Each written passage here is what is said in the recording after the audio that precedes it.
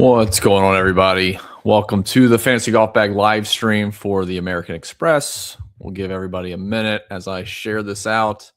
And let's see. There we go. We got the YouTube link, the X link. Should be a fun little 45-minute show, maybe 30 minutes, maybe an hour. We'll see how it goes. Sending this out to the guys in the Fantasy Golf Bag Discord. See if they're going to join. If not, this will be available for replay. So the Australian Open just locked for tennis DFS. So that's what I was waiting for. If that's what you were waiting for, now your time is free. If not, you can always come back to this later today or tomorrow and watch it. So we can kind of touch on the golf course and the overall thoughts from the podcast earlier this week for the American Express from fantasygolfbag.com. I'll go ahead and pull up a couple of the things. And then the goal on this show, we're going to build out in FGB Studio, which is a new workspace this year for Fantasy Golf Bag. We'll build out a couple models, kind of referencing all the data that we have for this event specifically, without getting into verbal arguments on the validity of certain data. Like, you know, if a guy wins a tournament and gained 3 strokes putting, is putting really that important? If he was losing strokes putting prior to this event, in my opinion, no. And the data kind of backs that up. So we can talk through a few of those things of what actually matters. Like spike putting, yeah, I can get behind the idea of guys that have big bands in their strokes gained putting. And to be completely honest, the bands in every aspect of strokes gained is probably valuable for DFS from a volatility standpoint, which we can talk about as we dive into FGB Studio. Let's see. I think we're good to get going. Yeah.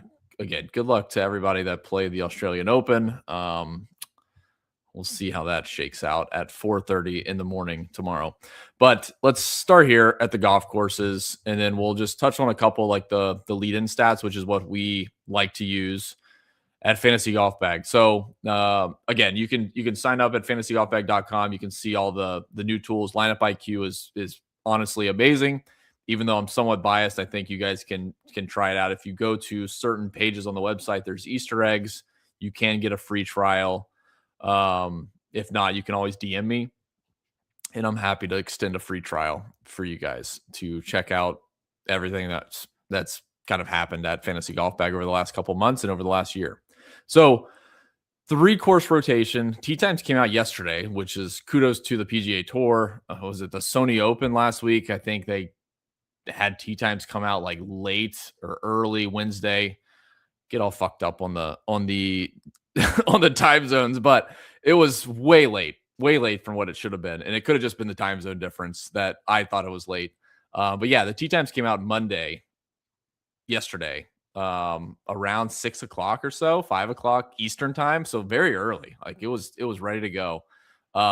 These are the 3 courses. So without kind of, beating your head against the wall, the gist of it is these are all very easy, right? Like the stadium course is still relatively easy to regular PGA Tour courses. At one point, that wasn't the case. It's been tamed quite a bit. Nicklaus course, very gettable. La Quinta, extremely gettable. The rough is what we kind of talked about on the podcast today. That's a big thing for any event that we look at, but we kind of know that anyways because it's the same every single year for these courses in La Quinta. So the overseeded rough is 1.5 inches. The non-overseeded rough is 2 inches. Basically, so that's for the stadium course. And that's the same for at least what they list for the tournament course, Jack Nicklaus tournament course. You can see 1.5 and 2 inches. Sad to say how excited we are to see 2 inches for La Quinta Country Club, also the same thing, right? It's 1.75 for the rough ryegrass overseed. Basically, the dormant rough makes it like hitting off a mat. And guys, there's some water on the stadium course. Like there's some holes where there's a little bit of trouble. Bunker placement is really not that strategic on any of these courses, in my opinion. It's basically just, you can't really rip it, but you can get it out there wherever you want. anywhere you hit it is going to be fine. Obviously, on the shorter par fours, being in the fairway to be able to control your spin is definitely a bonus. But broadly speaking, across all the golf courses, driving accuracy really doesn't matter. In fact, I would argue missing the fairway on some of these par fives is probably easier to get 2-2. Like, you have better lies than hitting it off the fairway. The fairways are pretty lush anyways, but bear with me. I think there's an argument to be made that missing the fairway on some of the par fives, you have a better chance of having a good gettable lie to get on these par fives and two. With that being said, basically that just sets up this entire golf course for a scoring fest, which we will look at right here. And then we'll talk about the lead-in stats in just a second. And then we'll dive into FGB Studio. The driving distance buckets, the approach distance buckets, these are all based on the stadium course, since that's the only one that they want to do ShotLink on for the last however many years. They only make $400 million a year, and they somehow get their equipment to other countries, but they don't have enough money to get 3 different sets of equipment for 3 courses. But maybe Rolap changes that next year. Who knows? Honestly, I don't know why they don't just set up ShotLink like stationary. They hardly change any of these golf course venues. But driving distance distribution at the stadium course, 290 to 310. If you remember from last week, we had 9 tee shots from 290 to 310. So that was a big factor for looking at our driving IQ data. Approach distance distribution, I've seen this floating around Twitter already. I've also seen someone floating around Twitter approach buckets on the other courses. I don't know where they're necessarily getting that data, if it's from Arcos or whatever. But this is what it is for the stadium course. And I would imagine, just based on the yardages, it's probably accurate. So maybe they're just extrapolating off of the actual scorecards. But 50 to 125 is about 25% of approach shots. 150 to 175, about 22% of approach shots. And then 200 plus, that includes the second shots on the par fives, about 27.8% of approach shots. So basically getting home in 2 is a big factor, and then a lot of wedges. So again, lends itself to the birdie fest. One of the things that we see quite often in birdie fest is the hot take that putting really matters. And we can go through several tools we have at Fantasy Golf Bag. We got the time machine. You can go to the Stat Model Pro, which is deprecated at this point. In place is FGB Studio. But you can go back to any event of the past 10 years to the American Express and run basically regressions on strokes gained putting. And there's no correlation with putting leading into an event at this golf course or these 3 golf courses. So strokes gained putting is at the very bottom of our correlation list.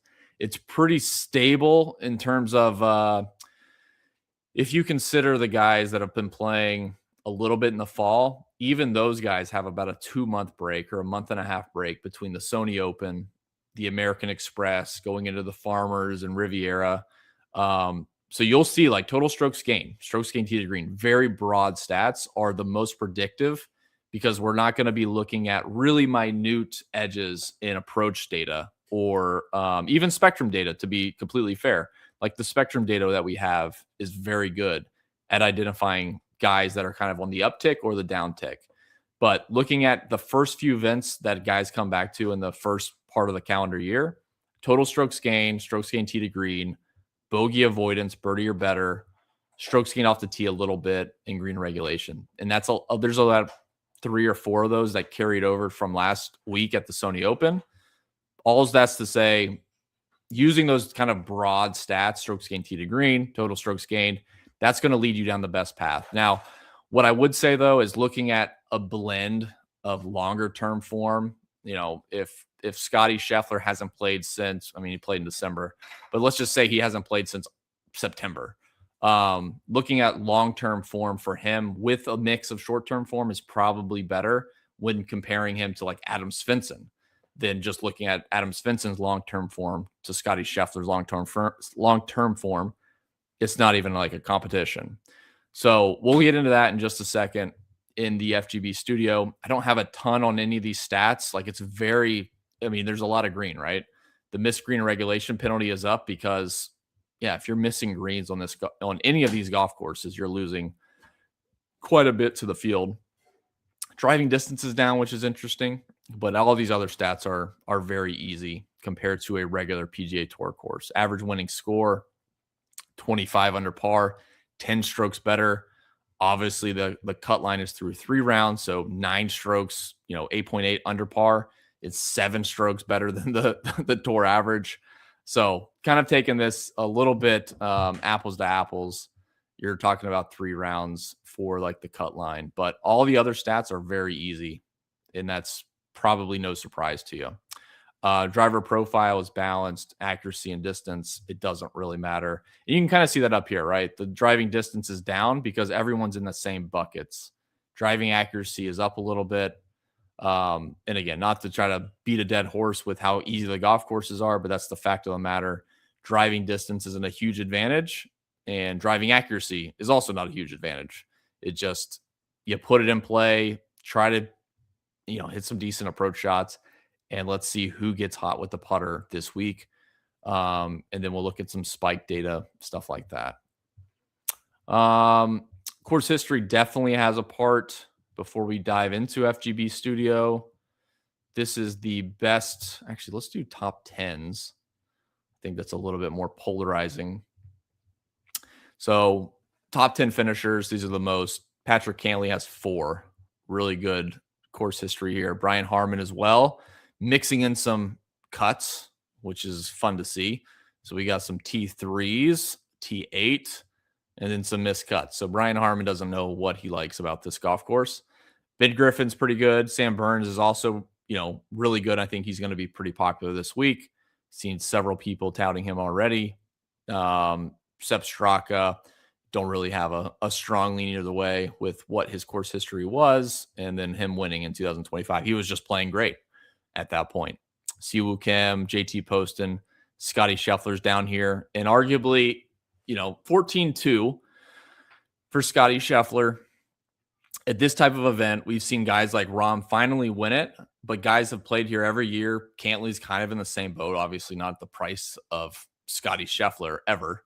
But, third place, okay, that's all right. T25, T11, T17, those aren't good finishes when you have 3-1 odds to win this event. So the price is, restrictive, obviously, for your lineup construction, and obviously his course history has not been great. I think the birdie fest and relying on the putter this early in the season is probably just an easy fade.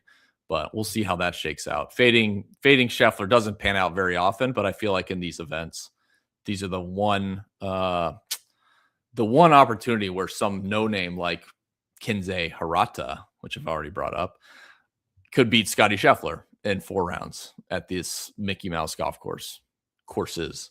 So hopefully that helps kind of get your feet wet. I know we talked about the putting, which I'll just highlight really quickly, which I talked about on the podcast. Let that load for a second. So what most people do, which I would term just lazy, you go look at the leaderboard for any event and you say, the guy gained strokes off the tee. Cool. He gained strokes approach. That's important, right? Around the green, that was important that week. Putting. Every single week, anybody wins an event, putting is going to be a factor. So any of these guys, if you go back another year, you'll see someone gain 9 strokes putting in 2 rounds. And I can't remember who it was. I think it was Xander or Cantlay. But any of these guys that finished very well on the leaderboard are going to gain strokes putting. But when you go to look at, okay, I'm going to go back to 2025 on Wednesday night before this event. What was Sepp Straka's putting numbers? What was Justin Thomas's putting numbers? Justin Lauer's putting numbers? Oh, they're negative. That doesn't help me very much. How am I supposed to find the guys that are going to putt well? So we'll look at some spike putting round numbers, which is a little bit closer to what we want to find, but just using strokes gained putting because the guys that won this event gained a bunch strokes gained putting is not the way to do it. And that's honestly not the way to do it for any of these. There's a little more consistency with saying like especially picking out the top guys. We've seen this with Bryson, DJ, Brooks over the years. A course where off the tee, like the difference maker with off the tee, yes, that matters. You think about the PGA Championship or some long golf course where Bryson gained 5 strokes off the tee. Sure, off the tee has a factor there, but putting is one of the few where I think there's two sides of the coin. There's an element of predictiveness with putting. You look at Denny McCarthy, JT Poston. There's a few others that show themselves as being consistent good putters. There's also guys that show themselves as consistently bad putters. It's not completely random, but in a 4-round sample of putting, and technically this is 2 rounds, putting is not the way to read this data. Like Sepp Straka does just because he gained 4 strokes putting, Justin Lauer gained 4 strokes putting. I don't just need to find the best putters this week. That's not going to lead me to where I want to go. So I'm going to go find the guy that gained 9 strokes really quick because when I saw that, there we go. Ben Griffin. Ben Griffin in 2024, he gained 9.3 strokes putting in 2 rounds at the stadium course. Unbelievable. Unbelievable. Let's see. I think you can do, what round was that? One of these has strokes gained. I'm curious now that we looked at it.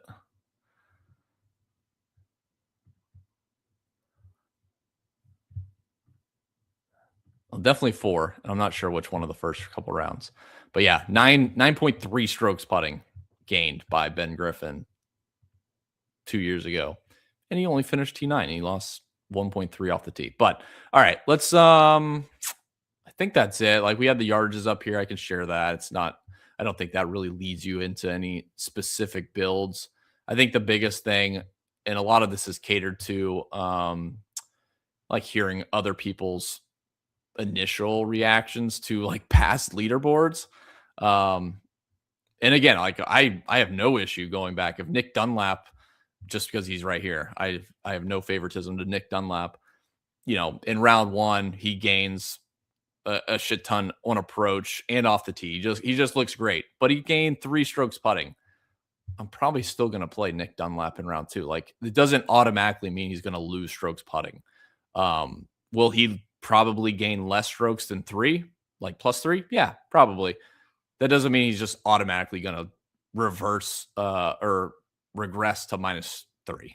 So consider all the possibilities with strokes gained putting. There's some predictiveness to it. There's also obviously with looking at an event and looking at the leaderboard, just looking at putting is not the way to read this. Like that's not the correlation. So let's hop into FGB Studio. We'll go ahead and go to American Express. You guys can go back if you want to research, the Sony Open or any other event.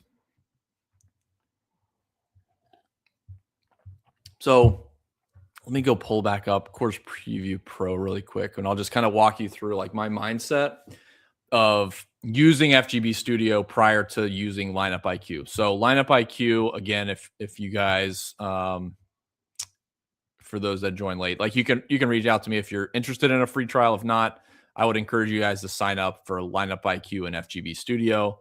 But Lineup IQ is kind of like the last step in building all of your lineups, simulating them, and getting them to a point. You also have the contest research. So like if I want to go back to the Sony Open last week, I can go research, the 555. So the $555 entry. I'll make this a little bit bigger. It's not any bigger. It just takes me away. I can go see obviously who won. I can run a sim on this entire contest. You can also upload your own projections and run the sims. So if, for example, you don't agree with our projections for Russell Henley, JJ Spawn, Corey Connors, whoever, you can upload your own custom or from another site and run your sims. So in this contest, we had, Jay Lewis, King Keys, Woodrow, Pocket, Nerdy Tenor was 7th, I guess. Hicks is a pretty good DFS player. Ponta, Braden Gresseth, Fantassin. Those are all the top sim guys from our numbers. So you can run that if you played a contest, type in you can do that for Showdown as well.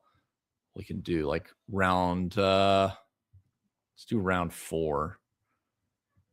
And then we'll get into FGB Studio. So you can go to like round 4 and see, this was the main flagship contest. We can run a sim on this. We obviously know who won it. BJG.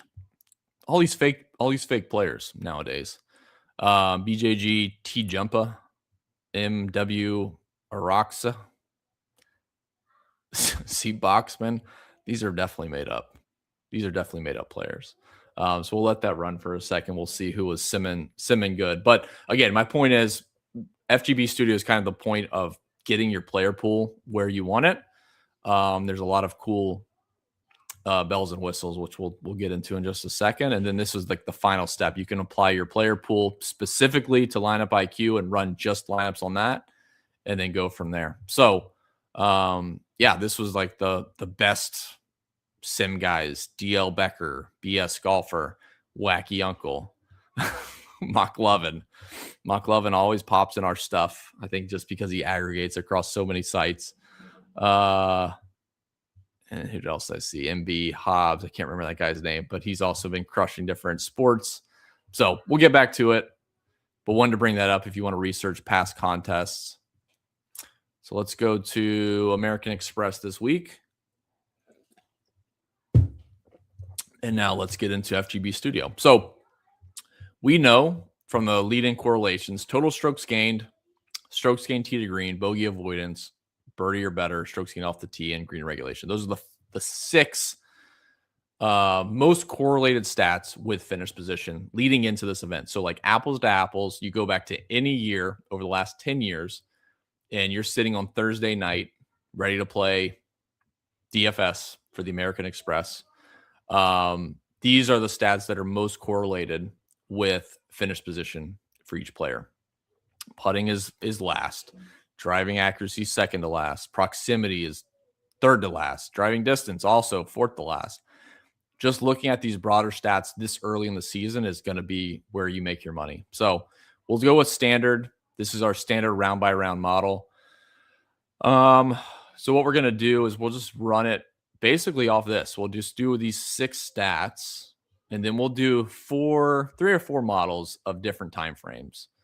So the first one we will do, it was strokes gained total, strokes gained tee to green.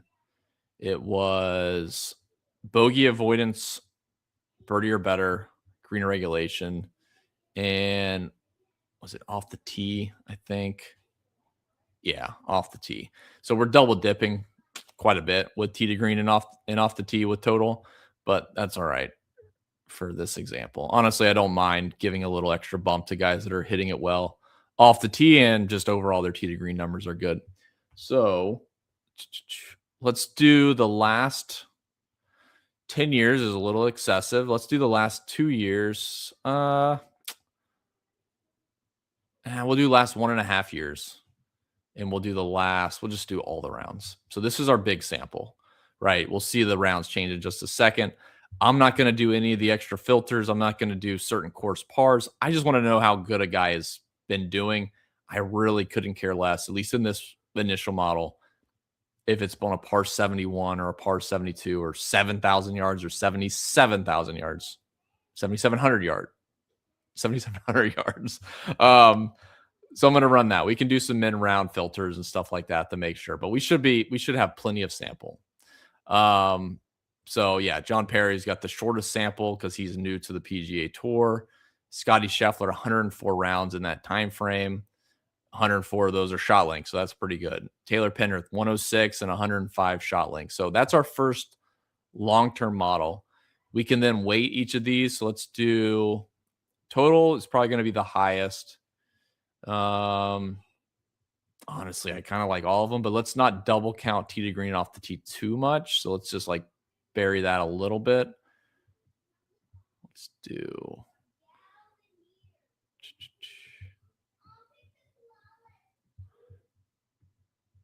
think that's good.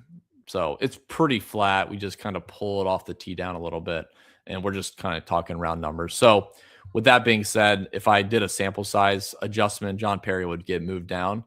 But we got Scotty Scheffler, number 1, Taylor Pendrith, number 2, Hoey, Kitayama, Keith Mitchell. But let's keep going because I want to build something that reflects what the guys have been doing for the last 1.5 years for that example. And in fact, we can just duplicate this. And let's change the time frame from 1.5 to, we're going to do a couple. Let's do last 9 months and last 100 rounds. I'm not even sure if 100 rounds is going to fit into that. I doubt it. But let's see. Yeah, we're talking about 50 rounds. So let's do last 12 months, last 50 rounds. And it's the same exact stats. We already pulled in all the stats. Tee to green, off the tee, approach, or not approach, total, birdie or better, bogey avoidance, green regulation. We built this one to start with, but I don't want to use it. So let's just delete that one. Let's duplicate this one again. We're just trying to be simple with just these main primary stats. Let's do last 9 months, last 36 rounds. Just using the same weights, kind of keeping this easy. If you had more time, you can certainly change this. We can also change your color scheme. So if one of these looks better for you guys on the stream, you can change to any of these colors you like. Gray is kind of cool. So we might just stick with that. A little bit cleaner. Let's do one more, and then we'll do the spike rounds, and then we'll see what like the blended model looks like. So let's do last 6 months, last 24 rounds. All right. We also have a cool check mark. So one big thing, which I've talked about for a long time, is sample size, sample size, sample size. I think guys get into a trap of overfitting any data, even on our site. They'll overfit in terms of like, I want short courses and I want par 70s, or I want short courses and par 72s, which hardly exist. We have this data filters check mark here, and this will tell you if your sample size is good or maybe like use caution. So this is moderate sample size, average of 16 rounds across the field. If I shrunk this to like the last 8 weeks, which is a small sample size, you'll see this start to give you a warning. 100% of players have fewer than 12 rounds. You probably want to adjust it. And obviously, if you went to last 4 rounds, it's going to turn red. 61% of players have fewer than 4 rounds. So like it's got a lot of stuff built into it to help make sure you're making the best decisions, because sample size is a huge factor in, honestly, any sport. Golf is pretty big. Yeah, like there's a balance of recent form and long-term form, but so that gives us, what do we got? We got a 1.5 year all rounds, 12 months 50 rounds, 9 months 36 rounds, 6 months 24 rounds. Pretty good. The last thing I want to do is a spike, which is the Spike IQ model. I don't know the threshold I want to use yet. I'm going to change this to classic to be a little bit brighter. I don't know if it is on the stream. Let's do the last 12 months. We could go back further. There's an argument to be made on like putting. Relatively, near term is probably more predictive than just looking back. Think about like a polar opposite, 5 years. Like the data from 4 years plus or 2 years plus is probably not relevant. So let's just get all the data we have in the last 12 months. We're going to do putting. Last 12 months, all rounds, +3, +4. I doubt there's many guys gaining +5 putting, but we can look. Sam Ryder, 3% of rounds. Yeah, it's plus, 5 is basically pointless. 3 looks pretty good. 4 looks okay, probably a little bit excessive. And then 2 looks like the kind of the nice middle ground. So let's just do 2 and 3. We'll skip out 4, or we can wait 4. We can wait 4, but just do it really low. I don't think it's unrealistic, honestly, to think someone's going to gain 4 strokes putting, even if they do one time a year. So let's just do 2 and 3. Let's be like real mature adults here. So +2 and +3. I want a little more weight to the +2. So we'll just do that around 60-40. I think that's probably a safe number and apply that. So there is a min rounds threshold, which is a little bit frustrating. So there's 2 ways you can handle this in the FGB Studio. You can take this exactly how it is. John Vanderlaan is number 1 with 2 rounds, gaining 2 strokes or 3 strokes. Sedge Camus has 8, or we can just kind of throw it out and throw a mid rounds of, let's say, 10. And this will remove them from our grid, or you can see them in the grid. And it'll remove their ranking, which is most important. So when we do our summary tab in just a second, their ranking doesn't show 100%, like 100 percentile or rank number 1. It's actually Alex Noren is number 1. Sam Burns is number 2. So I think that's a little bit more realistic. It's just a difficult trade-off, right? Like, you want to use their data, but if it's such a small sample, 2 rounds, do you really want that to conflate with Alex Noren's 40 rounds? I personally don't. Maybe you build a couple different blends, keeping them in, and don't, which you can definitely do. Like, I could build this. I could duplicate this one, undo the filter, and now John Vanderlaan's number 1. So like, there's ways we can weight like a really small sample model with John Vanderlaan number 1 with 2 rounds. So let's go to the summary tab. We got plenty of models to choose from. Now we got, I'll just brief you guys on what you can do in here really quick.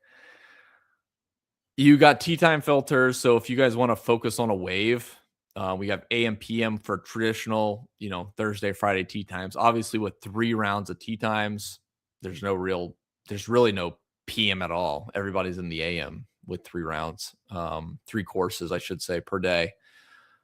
But we could do like a wave, like if we just wanted the AM wave on round 1 or PM wave in round 1, like last week, you can do those filters. But for here, the main focus is we have a overall rating. This is blending all of our models right here. And then we have each of the models that we built. So we have the standard model. They're all in order. Standard model copy. I can make these a little bit bigger for you. Standard copy 2 or standard copy. And you can name that whatever you want. You could call it midterm 36. I think that's what it was. And that will update as we go back into it. So you can see that there. Standard, midterm 36, another standard, spike IQ. So let's just weight these and see what we get. So love the standard. We want a lot there. The second one, a little bit less. Yeah. So I think this is how I want to do it. I want to go down. I want to go pretty high off the first one. Everything is relatively weighted. So let's go like, 60, 40. Let's pull this one so it gets to 20. And then let's start going back up, like the short term. And again, you can tinker with this all you want. Let's do. That's pretty good. And then the spike IQ, the first one is what we excluded the min round. So let's just do like 15%. And then for the really terrible sample size, we'll just do it right there. All right, let's apply that.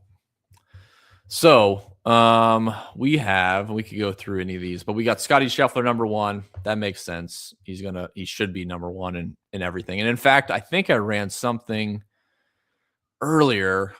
I do not recall exactly what I ran. He was 100 percentile in every category.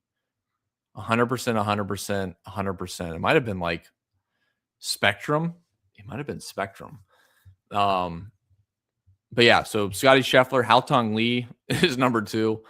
Russell Henley, 3, makes sense. John Perry, Ben Griffin, Jesper Svensson, Matt McCarty, Justin Rose, Rasmus Højgaard. So an interesting combination here. Let's see if there's any weird, like we can do some min rounds, like long-term form. Let's do like 20 rounds. Let's also do 20. So this is going to cut out John Perry for now, but it's all right for this example. Midterm again. Let's do 20 rounds. The main thing is this helps our calculator ranking, whichever you like to use.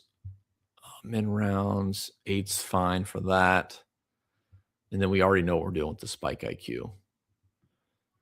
So if we come back here, there's your updated one, removing the guys with like small sample size. Pretty cool. You can toggle on and off the player profile link. So if you don't care about, going straight to their player profile, you can turn that off. But like I could see a reason to come down here. You're looking at each of these models. You can see obviously Scotty's the best in every single thing. Russell Henley makes sense. Highest price guy last week. You don't even have to think twice about it. It makes sense. He would be number 2 or at least in the top few. Ben Griffin. Now we get Jesper Svensson, Justin Rose, Matt McCarty. A little bit of a thought process here. Like, okay, why is Justin Rose so high? His spike numbers are pretty good. His standard models are pretty good. And we can go look at his player profile and look at his recent form. Win at the FedEx St. Jude, Hero World Championship. Take that for what it's worth. The 6th place Tour Championship, T21. And then he's got 3 made cuts here. Nothing great.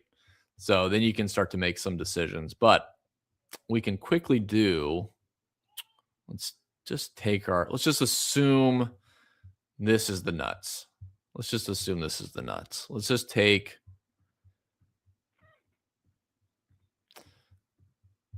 I don't know, maybe the top, I guess we can do this. What do we want to take? The top 30 guys? It's probably good. So we'll take the top 30 guys. So now they're all favorited. Let's go over to lineup IQ. I don't know if I have to refresh this, to be honest, to let it show. No, it shows up immediately. So now we can apply 30 of our favorites that we just did here. So these are all of our favorites, and we can go generate our lineups. Just ran 1,000 really quick. We can run some sims on them.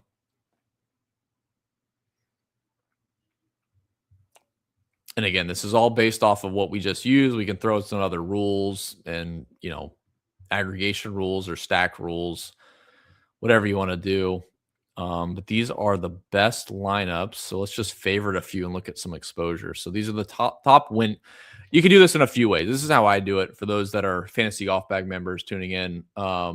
This is something you can try this week to tinker with. So like you can run multiple models or builds for lineups, just like for FGB Studio. Like you can run all these different models and then weight each of them independently. For the lineup IQ, it's kind of the same thing. Like I'm going to build my player pool, build all these lineups. So let's just say we have 10. If I go over here and look, I can sort an exposure. So our exposures, we're basically fading. I don't think I have any Scotty Scheffler. Yeah, 0 Scotty Scheffler in our sims based on the lineups that we had. And I think we had, let's see how much we did have to start with. Yeah, so even in the lineup construction with our player pool of 30 guys, we only had 10.7% Scotty Scheffler. When we run the sims in our top 10, which you can go to top 50 or whatever, we have 0%. The highest ownership or exposure for us, if we're going to run this raw, Russell Henley at 50%, so a little bit rich. Taylor Pendrith, a little bit rich. Again, only 10 lineups, so you're talking about five 5 lineups. But Henley, Pendrith, Rose, Pearson, Cootie, Keith Mitchell, Max Grieserman, Ben Griffin, Harry Hall, Alex Noren, Rasmus Hogard, Ricky Fowler, Kevin Yu, McCarty, Thorgrensen, blah, blah, blah. So you can go through all those. But you can export this, upload it, and do whatever. There's plenty of ways. You could send this again on just like your favorites and maybe get a more balanced approach. Like these guys in the top 5%.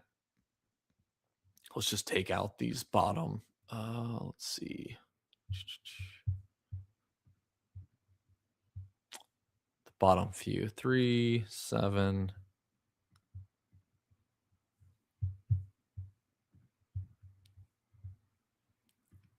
And that one. So now what does our exposure look like? Yeah. We got Henley, Ben Griffin, Henley, Rasmus Hogard, your top 3 at 50%. Justin Rose, McCarty, 50%. Pretty good. So that is the quick and easy way to do it. I don't know. I don't see any need to like run through this multiple times, but you can certainly like delete out the American Express and come back and just start from scratch. I would just probably tinker with this or delete out the models.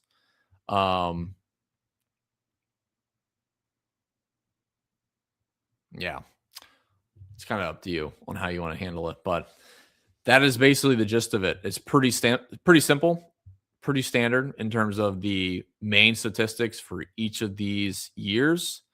And then looking at spike IQ for the guys that are getting the most putting. You could do other stats if you really care about approach or something like that. Pretty easy to just add spike IQ for approach. Last 12 months, I guess. Last 24 rounds, gaining over 2 and 3. Nick Dunlap, believe it or not, has the most approach shots over. What's he been doing? Nick Dunlap. Where are these approach shots coming from? Yeah, you can see his ball flight. It's a lot of draws, which is surprising. Let's go back to 2025. I mean, pretty good finish to the year. Yeah, I would say he did finish pretty good with his approach numbers. Wow. Nick Dunlap, good for you. Making a comeback. All right. I think that is it. Head back to the dashboard. I guess weather IQ we can look at really quick before we close out the show. Or I will say, we're going to clean this up, but like the live simulations are going to be live this week. So like you can come in and run, if you go to the betting tab and run custom simulations, you can run live sims for like tournament outrights, top 5s, etc. at any point during the event. It'll run out the entire tournament. So for example, if Scotty Scheffler is on hole 2 in round 3 and everybody, whoever else is on hole 17 or finished, it'll run out the sims for the remaining holes for each player for the rest of the tournament and get some live odds. So, or live simulation results that you can compare to the live odds, which is pretty cool. So check that out this week, along with like, the live contest leaderboard and stuff like that for your DFS stuff. Thursday, pretty much prime. We got 1 mile per hour, 3 miles per hour, 5 miles per hour, gusting up to 6. And keep in mind, all the tee times are in the morning because with 3 courses, 156 players, everybody's teeing off in the morning. There's no PM. So anything in the 4 p.m. window or later doesn't apply this week until maybe Sunday. Honestly, I don't know if they're going to do split tees or not, but they're doing split tees and they're doing 3 courses. There's no concern for anything that happens in the PM, but it honestly looks perfect. So Thursday looks great. Friday looks great. 5 miles per hour, 2, 3, 3, gusting up to literally less than the sustained winds, believe it or not. I'm not sure how that can occur. So Thursday and Friday, look for some low scores. Saturday, a little bit more gusting into the afternoon, but I don't think that's going to be moved far enough ahead to bother us. And then Sunday, not that we care about that quite yet, looks perfect again. 7 a.m., 7 miles per hour, 10 a.m., 3 miles per hour, 1 p.m., 1 mile per hour. So pretty good conditions. So whatever unders you can get on anybody's score, I would take those. Birdies, take the overs. Bogeys, take the unders. Basically anything that lines up to good scoring sounds pretty good this week. Outside of that, I don't think I have too much. I haven't looked at first round leader or anything for this event. Yeah, it won't work for the 3 different courses because there's 3 different potential first round leaders. But yeah, I think that's it, guys. You can check out any of these tools, obviously, at fantasygolfbag.com. You can reach out to me if you're curious. If you guys want a promo or a free trial, I'm always happy to help. Otherwise, I would encourage you guys to check it out at least for a week or a month as we head into like the prime season. Our main flagship tools this season, which were completely redone, a huge investment at the end of last year. The Lineup IQ, which I kind of showed you guys, and the FGB Studio. All the other old tools that we had, the heritage tools, are all available. So if you're just an old school DFS player and you're running Stat Model Pro and Spectrum Edge, Approach IQ, all standard, all that stuff, you can run exactly how you did before. There's no difference. So basically wide open, whatever you want to do. With that being said, we're at 47 minutes. I appreciate you guys tuning in. I see there's comments, and I'm scared to even click this because I did not pay attention up to this point. That is my fault. I see Mr. AWOL. I like that name. Mr. AWOL, I assume. Sign up. You won't regret it. I appreciate that. I think that's true. I think people, when they join, they stay around for quite a while. Hirata Karate, yes. We didn't look at him. Let me go find Mr. Hirate. I've mispronounced his name several times. Kinze Hirate. So we're betting this guy. It's 100,000 to 1, or not 100,000 to 1. It's 10,000 to 1. Fuck, there's so many zeros. Basically, his stat profile looks pretty good for both strokes gained and spectrum. We got Sony Open in 2025. He's played elsewhere, obviously. I don't pull in all the European or Asian tour stuff. You can go to Data Golf for that. Obviously, they're a great site and a great resource for other events. 2025 Sony Open, T21, gained 1.5 off the tee, 2 strokes on approach. Fucking awesome. Sony Open 2026, 2.5 strokes off the tee, 3.3 strokes on approach. Even better. Now, okay, maybe Spectrum says that's a little bit fluky. Maybe he holed out an approach shot. No, we go and look at Spectrum this year. He gained 5 strokes off the tee, and he gained 3 strokes on approach. And in fact, if you go look at our Spectrum numbers, our off the tee differential is quite positive, about 0.4. And approach is about I don't know what that is, 0.1. Could have guessed that, I guess. So yeah, we're betting Kinze Hirata. This little guy, we got him top 5, top 10, and win. So let's see what happens with Kinze Hirata. We have Team Bridgestone golf balls. That's why I got her up 1. I like that. Can you look at Brennan and Celinda? Darren, I can. And I'm sorry that I missed your comment. I am Rosie just hit an albatross in TGL. There we go. We're already behind the 8 ball. Thank you for Retail Ripper. I see several comments from you. The Dazaboo, Darren, Brennan, Michael Brennan, I assume. The first thought was Brendan Steele, but that's not correct. Celinda, yeah, we can look at Michael Brennan and Celinda. And we can also see what they look like in FGB Studio. if I can type Michael Brennan. Honestly, this looks a lot like, gosh, who was that 2 years ago? Matt McCarty. Matt McCarty, exactly the same. In fact, I am going to pull him up. I guarantee you, he looks exactly the same. McCarty won that Bank of Utah championship and then completely just sucked for a while. So if we go back to 2025, he didn't win the Bank of Utah. 2025. What year was that? 2024? Black Desert. They call it the Black Desert. So 2024, he won. And then he goes to miscut. We go to 2025. T53, T65, miscut. Brennan looks the exact same. Wins the Bank of Utah. T59, okay, T18. T51, miscut. And then, Sony Open, miscut. I think off the tee is it can be a big factor. I mean, I wouldn't be excited to play Michael Brennan. I'm sure I'll have some exposure. I would say don't play him, to be completely honest. But there's a lot of weird stuff that happens here. Let's go look at Celinda really quick. I would say no. I'm not a big fan of Brennan. I think there's some other courses that set up better for him. Maybe the Mexico Open is a good stop for him to get his second win. Celinda has not been good. We're looking at Spectrum.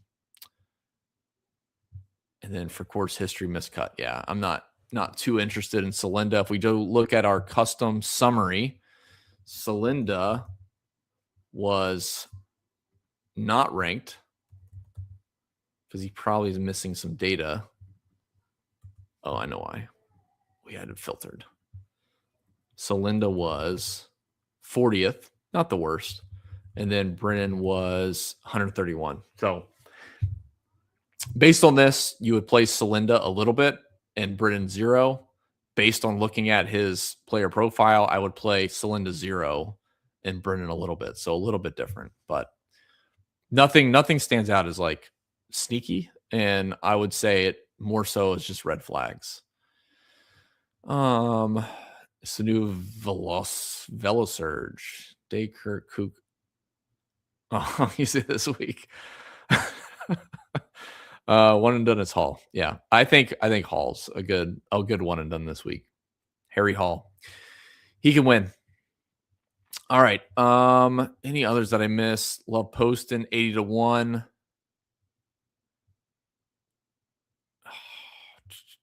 Let's see.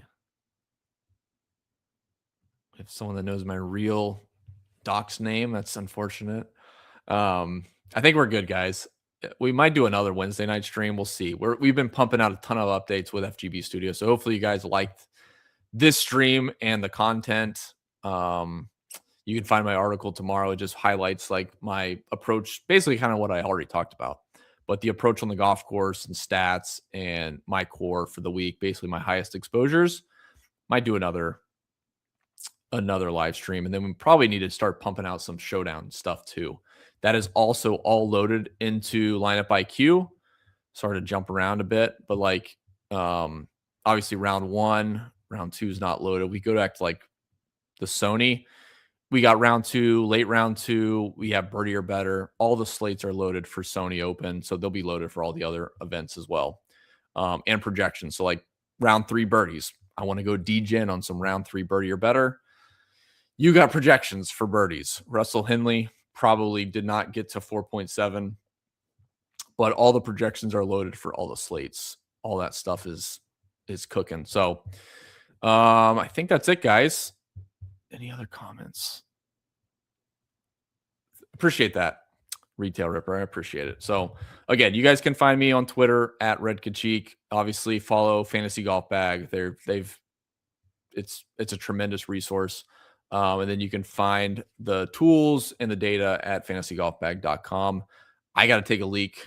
We've been doing this for 55 minutes and I can't go full 60. So with that being said, guys, best of luck this week. Stay tuned. We'll try to do some more content this week for Showdown at least, and we'll keep you posted. So Appreciate you guys tuning in and for the comments, interactions. Best of luck this week. Hopefully one of you guys takes down something big. See ya.